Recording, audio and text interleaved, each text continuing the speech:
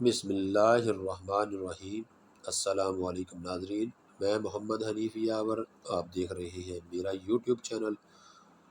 ناظرین، آج کا ہمارا موضوع ایک واقعہ حضرت ابراہیم علیہ السلام کا۔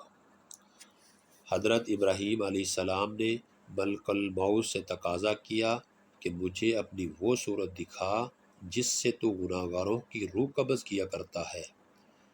ملک الموت نے کہا، آپ اس کی تاب نہ لا سکیں گے، لیکن آپ اس بات پر بازد رہے کہ میں ضرور دیکھ کر رہوں گا۔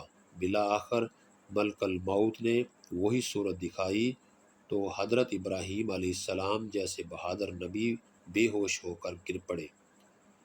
جب ہوش میں آئے تو فرمایا، اے ملک الموت، گناہگاروں کے عذاب کے لیے تیری صورت ہی کافی ہے۔ ناظرین، یہ تو تھا ہمارا ایک حضرت ابراہیم علیہ السلام کا چھوٹا سا واقعہ۔ تو اگلے پروگرام کے لیے دیجیے اجازت۔ اللہ حافظ۔